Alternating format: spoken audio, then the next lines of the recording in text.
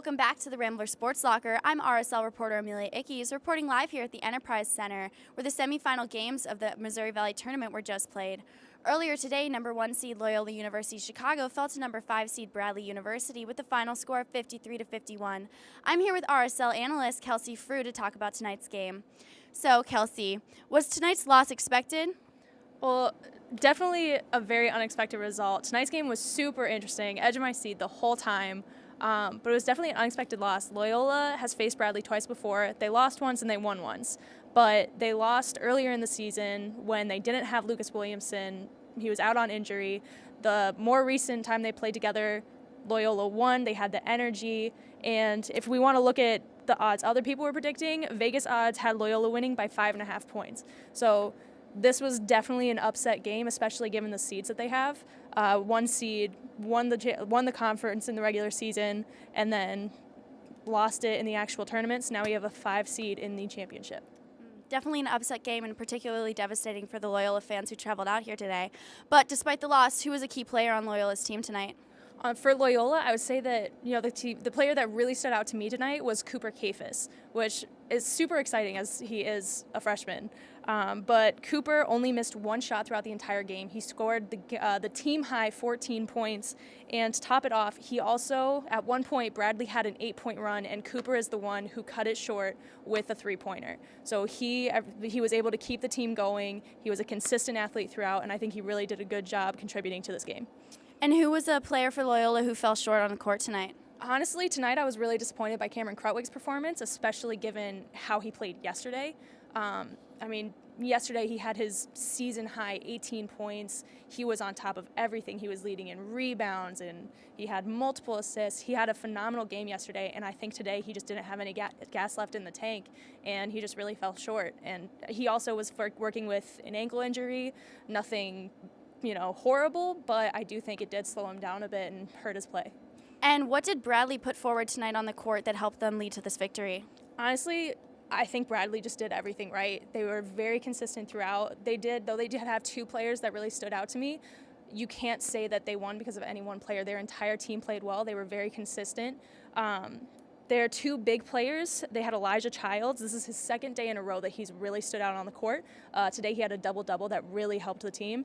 And Nate Kennel, he was the game-high scorer with 19 points. He was on fire with his 3-pointers. And so those 2 really, I think, set the mood for Bradley. But Bradley's coach said that from the start they were very aggressive. They maintained pressure, and they set a very defensive tone that Loyola just couldn't seem to keep up with today. So one of the biggest issues Loyola had and that Bradley did so well is their rebounds and their blocks. They had 13 offensive rebounds. They had 9 blocks compared to Loyola's 0 blocks. And even Coach Porter in the post-game conference referenced that and said that is 13 second chance. That's 13 extra possessions and 9 blocked shots in a single possession game. They lost by 2 points, and they got so many extra opportunities because of these rebounds. So that really set them apart from Loyola tonight. Thank you, Kelsey. Now, you were also at the post-game press conference. Let's take a look. I'm Kelsey Frew here at Enterprise Center for Day 3 of Arch Madness. Today's semifinals kicked off with number 1 seed Loyola University Chicago taking on the number 5 seed Bradley Braves, and what a game was that. The team seemed incredibly evenly matched, tying 7 different points during the game and with 12 different lead changes. Ultimately, Bradley came out on top with a final score of 53-51. In the post-game conference, Bradley head coach Brian Wardle opened with a statement saying, "It's not a shock to us." Even though it might have been a surprise to everyone else, they were able to make Loyola play at their pace, and they followed their game plan, so they were confident that they could win. He also said, "We never let them get a rhythm," and that was a big key. Despite the loss, Loyola was still able to break a record, as this marks the 5th straight MVC tournament game in which they held their opponent to under 54 points. When asked about the outcome of the game in their press conference, Marcus Towns is quoted as saying, "Our defense, our rebounds, and our transitions are what lost the game, as they did not have that defensive fire that they had yesterday." Despite the outcome, Coach Porter Moser is still incredibly proud of the team and says that his players have nothing to regret. Bradley University will play in the MVC Championship tomorrow at 1 p.m. for the last day of Arch Madness. For the Rambler Sports Locker, I'm Kelsey Frew. Before this afternoon's game against Bradley, Loyola University Chicago held a pep rally. RSL reporter Nick Schultz has more on the mood before tonight's loss.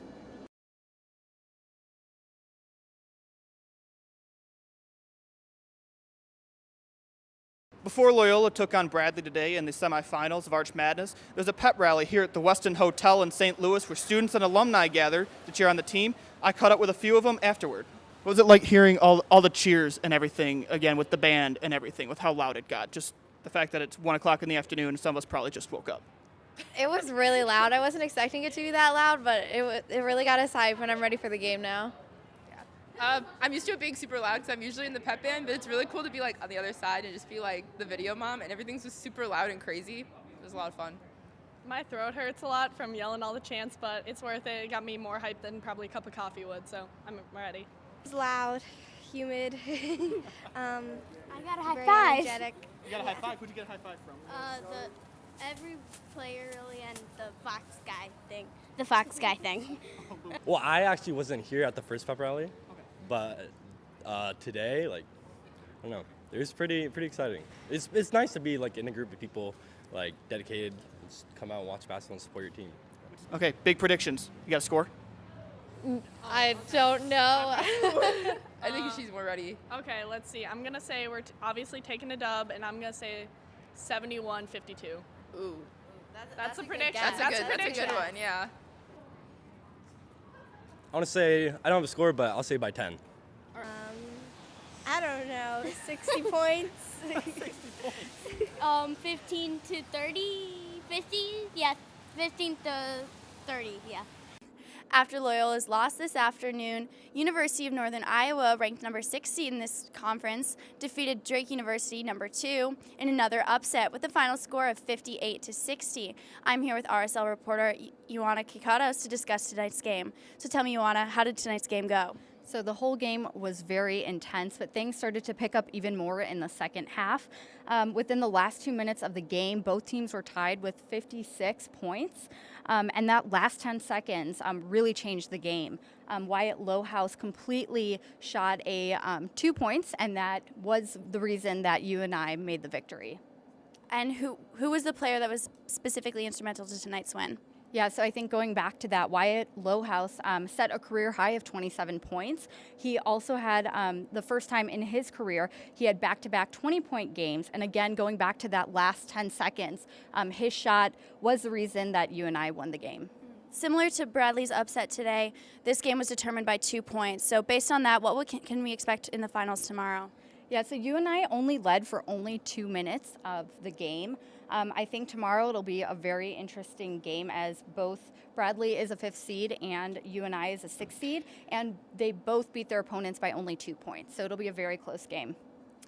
After tonight's game, Ioana attended the press conference for a Courtside Report. Let's take a look.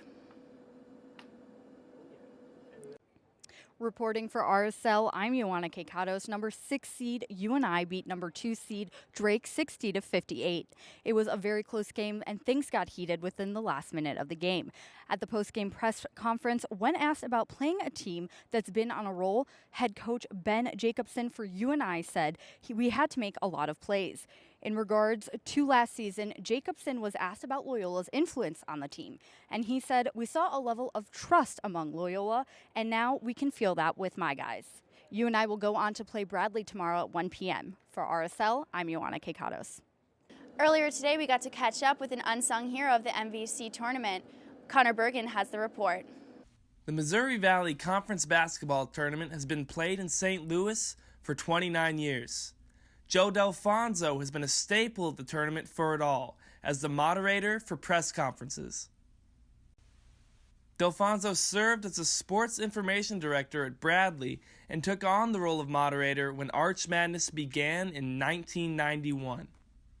I just kept the job even after I left Bradley and went into private business and now retired. I've just kept the job, and it's been a lifelong, achievement. It's been great. The high stakes of the tournament bring out strong emotions from players and coaches.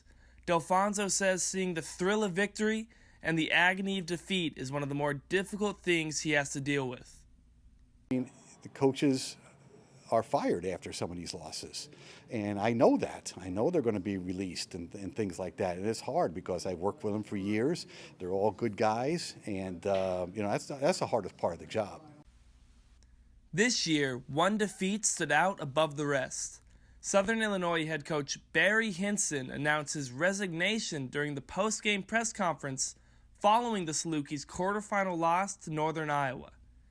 Delfonso says the announcement was especially hard to hear given his close personal relationship with Hinson. Barry's resignation was probably the worst night, for me, because he's been good to my family over the years. We're close, we're friends, and it's a tough thing. Delfonso's moonlighting as a moderator doesn't stop with just Arch Madness. He has been the moderator for NCAA tournament games all over the country. Now, I've worked a lot of NCAA tournaments as well. Anytime the Valley hosts an NCAA event, I'm the moderator for that. And I've done 8 or 9 in St. Louis. I've also done NCAA events in Kansas City and Omaha and San Diego. And, in the big time, like we used to say, there aren't any silly questions there either. So that's one thing I don't have to worry about. While he is retired from his day job, Delfonso says he always makes sure to be in St. Louis at least one weekend every March. For RSL, I'm Connor Bergen. That's all for today's coverage of Day 3 of the NBC tournament here in St. Louis. Stay tuned tomorrow for coverage of the finals. For all of Rambler Sports Locker, I'm Amelia Ickes.